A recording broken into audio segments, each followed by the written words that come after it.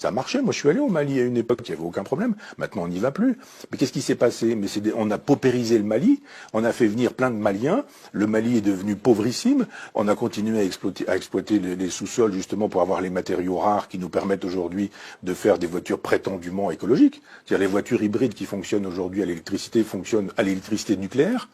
Et quand elles ne fonctionnent pas à l'électricité nucléaire, elles utilisent des métaux rares qui eux-mêmes sont prélevés en Afrique. Et voilà pourquoi on est au Mali. On n'est pas là-bas parce qu'on aime tellement la liberté qu'on les préserve du djihadisme. On s'en fout du djihadisme là-bas. On veut juste pouvoir exploiter, avoir des bases et pouvoir exploiter le sous-sol des Africains parce que la France est tellement islamophile de manière intérieure qu'elle est islamophobe sur la totalité de la planète.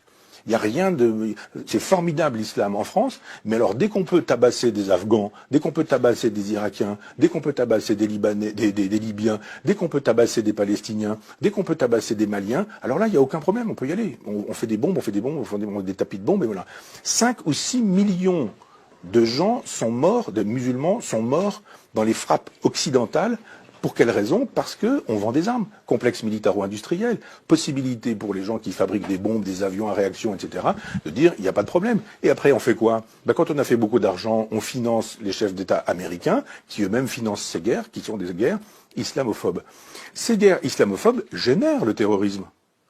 Le terrorisme, il tombe pas du ciel. Voilà des gens à qui on a dit, vous aviez un pays, vous aviez un chef. Ce chef, c'était Adolf Hitler. On détruit votre pays et en même temps, on installe la terreur au quotidien. Que font ces gens-là? Ils arrivent en Occident, ils ont perdu leur famille, ils ont perdu des membres de leur famille, ils ont perdu leur boulot, leur dignité, leur pouvoir d'achat, leur langue, leur culture, leur tradition, leur nourriture. Ils ont perdu tout ça.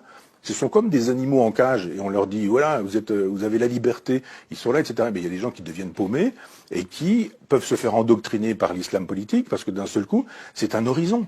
Parce que c'est une hypothèse. Si on vous dit mais vous vivez dans un endroit qui vous déteste, ils sont tous racistes, votre pays, vous n'y êtes plus, vous n'y allez pas, vous n'y retournez pas, puis vous faites quoi? Vous avez un pays qui s'appelle l'islam. Votre pays, c'est l'islam, c'est l'Oumma. Donc je pense que tant qu'on n'aura pas une politique nationale, une politique européenne, une politique planétaire et mondiale, c'est-à-dire tant qu'on n'aura pas de projets qui ne soient pas des projets d'argent, de fric, en disant allez-y, circulez, c'est formidable, plus on a des migrants ici, plus on peut baisser les salaires. Évidemment, vous avez des gens, ils viennent du Mali, ils n'ont pas de papier, et ils viennent dire, mais moi, si vous voulez, je vous fais la plonge. On leur dit, d'accord, pas de problème, tu me fais la plonge, mais en même temps, pas de papier, pas de truc, je te donne un petit peu d'argent, pas de retraite, pas de sécurité sociale, les sans-papiers trouvent des petits boulots comme ça, et en même temps, quelqu'un qui arrive et qui dit, mais non, mais moi, je veux un salaire, je veux des vacances, je veux une retraite, etc. On dit, mais qu'est-ce que vous imaginez? Donc, si vous ne voulez pas ce boulot-là, il y en a 200 qui attendent, là. Donc, l'immigration telle qu'elle est pratiquée aujourd'hui, elle fait le jeu du capitalisme planétaire. C'est formidable, l'immigration.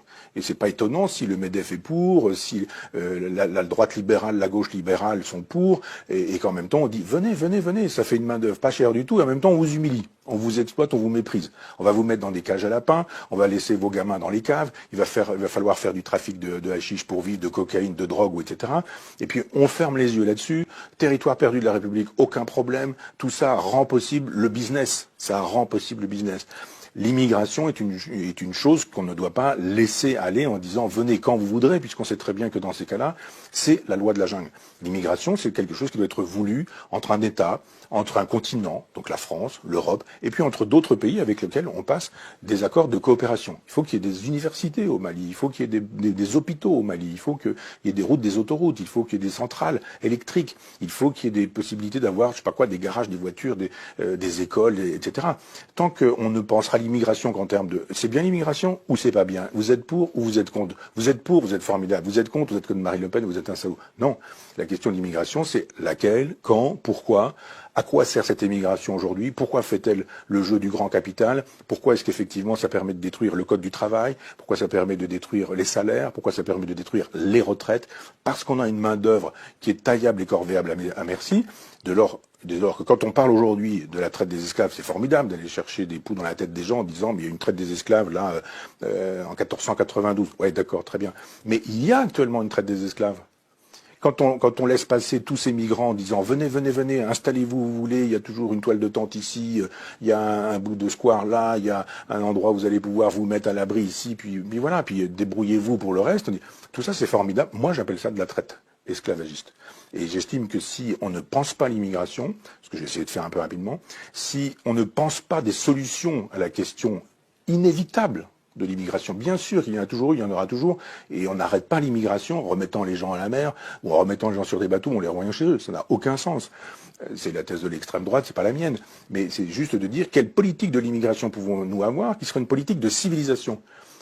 On est en train de détruire les civilisations. Moi, j'adore l'art africain, je collectionne un peu d'art africain. Je suis curieux de ces civilisations-là. Que sont-elles devenues? Que sont-elles devenues? La civilisation, c'est quoi pour ces gens-là? On a détruit leur peuple, leur langue, leurs coutumes, leur façon de s'habiller. Ils sont tous avec des Nike, des machins, des téléphones portables, etc. On dit, mais c'est ça que vous voulez, un grand marché planétaire? Avec des gamins qui sont des consuméristes, des gamins pour lesquels l'horizon indépassable, c'est le grand magasin dans lequel on peut acheter, le supermarché dans lequel on peut acheter des choses, des objets, des biens avec lesquels on peut pouvoir frimer, montrer que, etc., etc. Mais quand vous regardez la sagesse africaine, on l'a pillée, on l'a massacrée. C'était une sagesse extraordinaire, une sagesse panthéiste, de rapport à la nature, au temps, aux éléments, à la nuit, au jour, aux étoiles. Moi, j'ai adoré en Mauritanie entendre des conteurs me raconter des choses, alors que on avait l'impression sur le toit d'une maison qu'il suffisait de tendre le bras pour décrocher des étoiles. Et on se dit, mais qu'a-t-on fait de la civilisation malienne, mauritanienne? Ah bah, quand il s'agit d'avoir 3 statues au Quai Branly, c'est formidable, les arts africains, les arts premiers, ça c'est formidable. Mais quand il s'agit de dire, qu'avez-vous fait de ces civilisations que vous continuez de détruire? L'immigration sauvage et libérale, comme elle est pratiquée, est un génocide de civilisation. On tue des civilisations.